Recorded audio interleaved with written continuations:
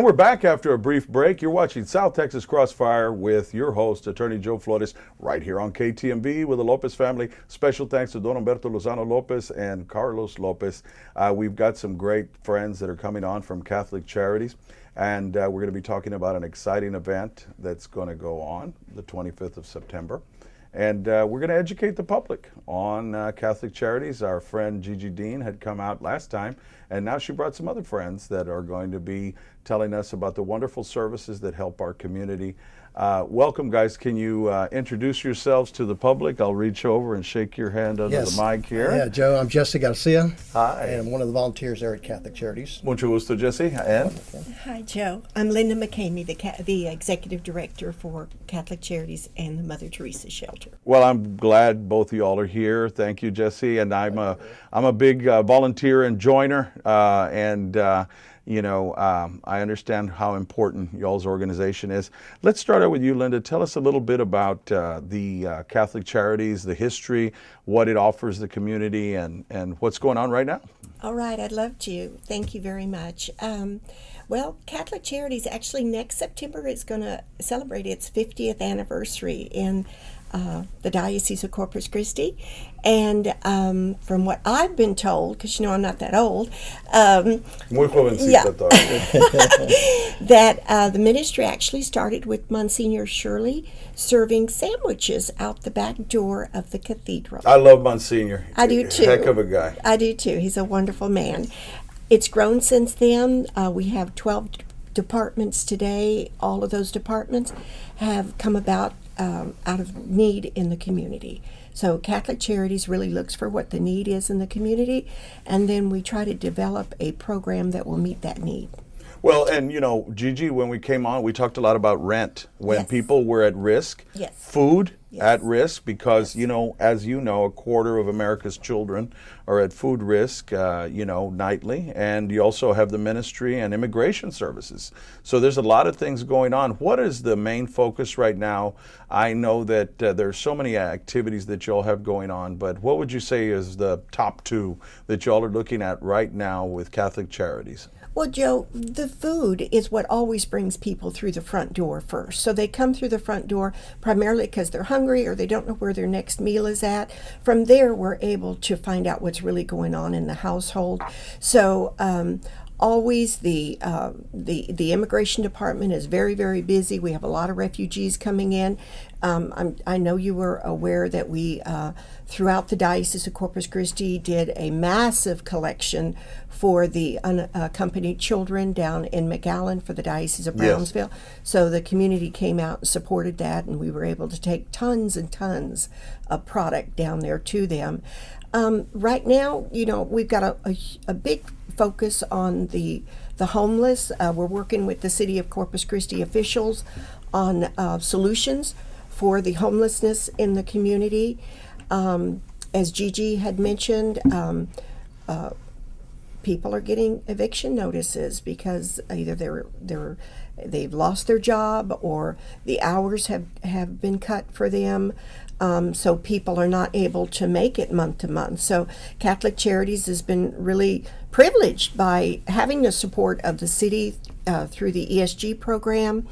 We also receive state money through Texas Department of Housing and Community Affairs for homeless prevention and homeless assistance.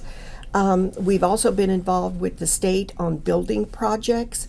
In fact, we're just now waiting to see if the next allocation is going to be coming to the city of Corpus Christi is one of the 7 cities that has been designated by the state as where a lot of homeless migrate to. And so several years ago, the mayor and city council at that time designated the Mother Teresa Shelter as the sole designee to see to it that those projects were carried forth. So we're looking at affordable housing right now as well. Well, and I know that sometimes you guys are the lifeline, and literally the lifeline between life and death for some of these people. Jesse, I want you to thank you for coming on, and why do you volunteer and help out with Catholic Charities? First of all, Joe, thank you for having us here. My pleasure. It's a special ministry. I've been doing this for about 10 years there at Catholic Charities. I came in about the time Linda was there. She was a little bit before me with the board of directors, but just serving the community. I mean, that's in need. All you have to do is go down to the Mother Teresa shelter and you see the homeless there and know that they need the help. And it's part of our ministry is that going back what Jesus Christ said. He says, "Help those in need."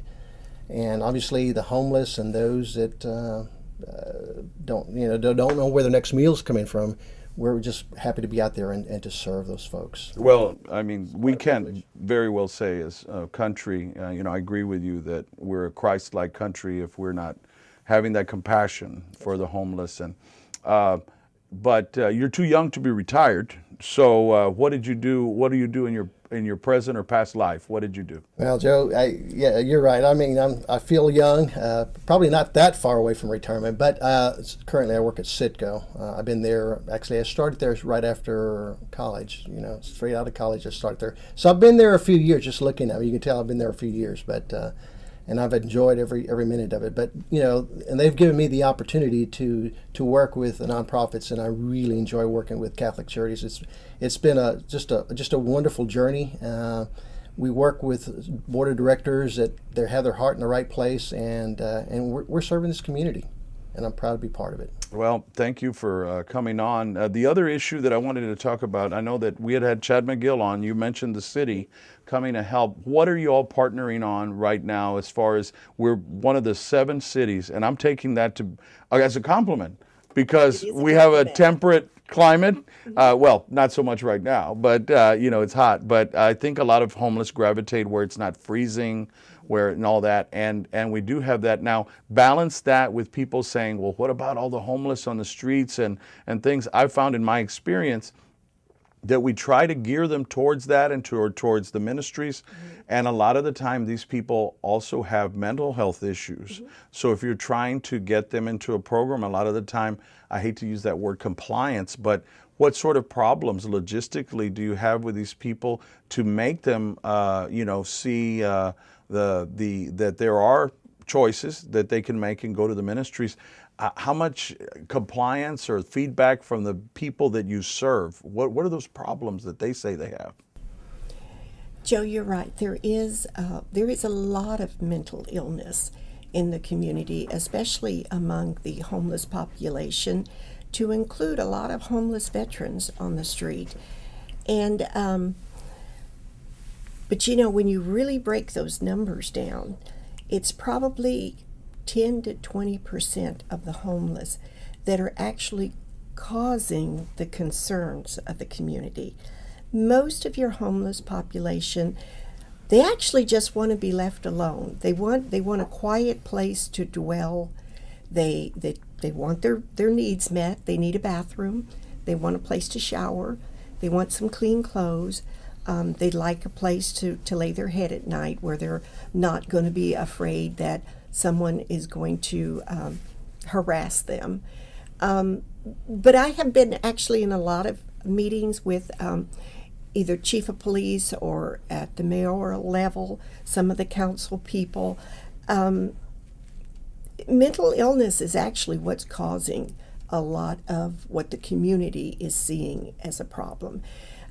Through the years, the Mother Teresa shelter, of course, it's located right adjacent to City Hall. Praise be to God, to the City Council. Years ago, I want to say 11, 12 years ago, the City Council at that time and the mayor actually voted unanimously to provide the first grant to the Mother Teresa shelter if the diocese would purchase the property. So the diocese purchased the property.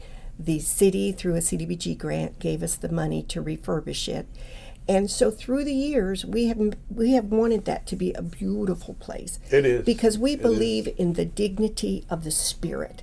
If we can raise the homeless to feel good about themselves, to realize that we've not thrown them out, we want to help build their lives again. You have to do that with a clean, comfortable place that they can come and relax. Well, and in my role as a nurse practitioner, I do hospice, And, not to disclose any confidentialities, but one of the people at your shelter, we went and visited at the shelter because they didn't have a place to stay. So we would do the house call there and go visit them. And Thank you so much. they face problems just like anybody else, the homeless. We've got a couple of minutes left. Jesse, if other people like yourself that are full-time working, they want to volunteer and give something back, our retirees and veterans that want to, what's the magic number to call and get involved?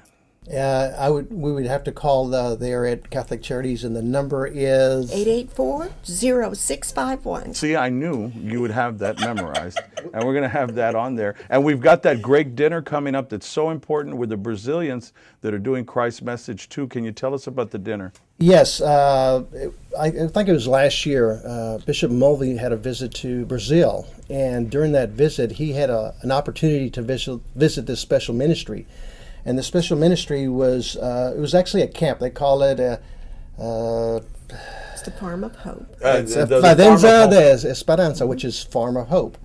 And what it was acreage of it had it was an acreage ministry. They had a lot of acres, and what they'd have is have special ministries. They raised their own food there. They had special ministries. They kind of helped them through this, and this is like. The duration was about a year, and they found out that the success ratio for people graduating and coming out clean after spending some time here was very, very high rate. I don't want to quote it. I don't know, it was like close to 90% or 80 something, probably 90%. So, it started in 1983. And it started in Brazil. Since then, it's gone. There's like 70 over about 10 different countries. Incredible. And there's none here in the United States. So the bishop looked at it, said, he talked to him. He says, hey, we got a fundraiser coming up. It'd be a good idea if, you come down. Because we do have a problem here in this area. Absolutely. With our youth, with the drugs and the alcohol. So he saw some potential there. So, we'll see if what develops from here. We're going to bring them down. They're going to be here for a week or so. I'd love to meet them. I have friends. They follow Portuguese também. And so we're going to go to Brazil and go visit some people out over there next month. So we do have friends over there, and they are very progressive. But there's a lot of poverty over there. I think the Olympics and the soccer World Cup kind of put a spotlight on Brazil on that. And they have their problems just like we do. And I'd love to meet them. And the magic date is September 25th. September 25th. We still have tables available. Please. And the sponsorship starts at $1,200. It's for table of 8. What is the email that they can contact? And Dave will put that stuff up on the screen for us. It's SHOELSCHER at diocesecc.org. Yeah, the whole shirt. That's whole shirt. Yeah. Yes. We're going to go ahead and put that up on the screen. And the number also to call, I believe, is 361-442... 2224 and extension 24. Okay, and Dave's going to put that up. We got about 30 seconds left on this. Linda, how about? Thank you. Right now, Catholic Charities and Mother Teresa serves about 200,000 people every year in the community, and we need your support. Please help Catholic Charities, and we're going to be putting up those numbers on the screen. Linda, Jesse, it's been an honor to have you on. Thank you so much. Yeah. Thank you, Joe. All right, and don't forget that dinner, September 25th. The number's on the screen. Get involved. Individual tickets are also available. Get involved and help support Catholic Charities. No matter what, you don't have to be a Catholic to support Catholic Charities. Remember that. So we're going to be back after a break, but please get involved. Thank you and God bless.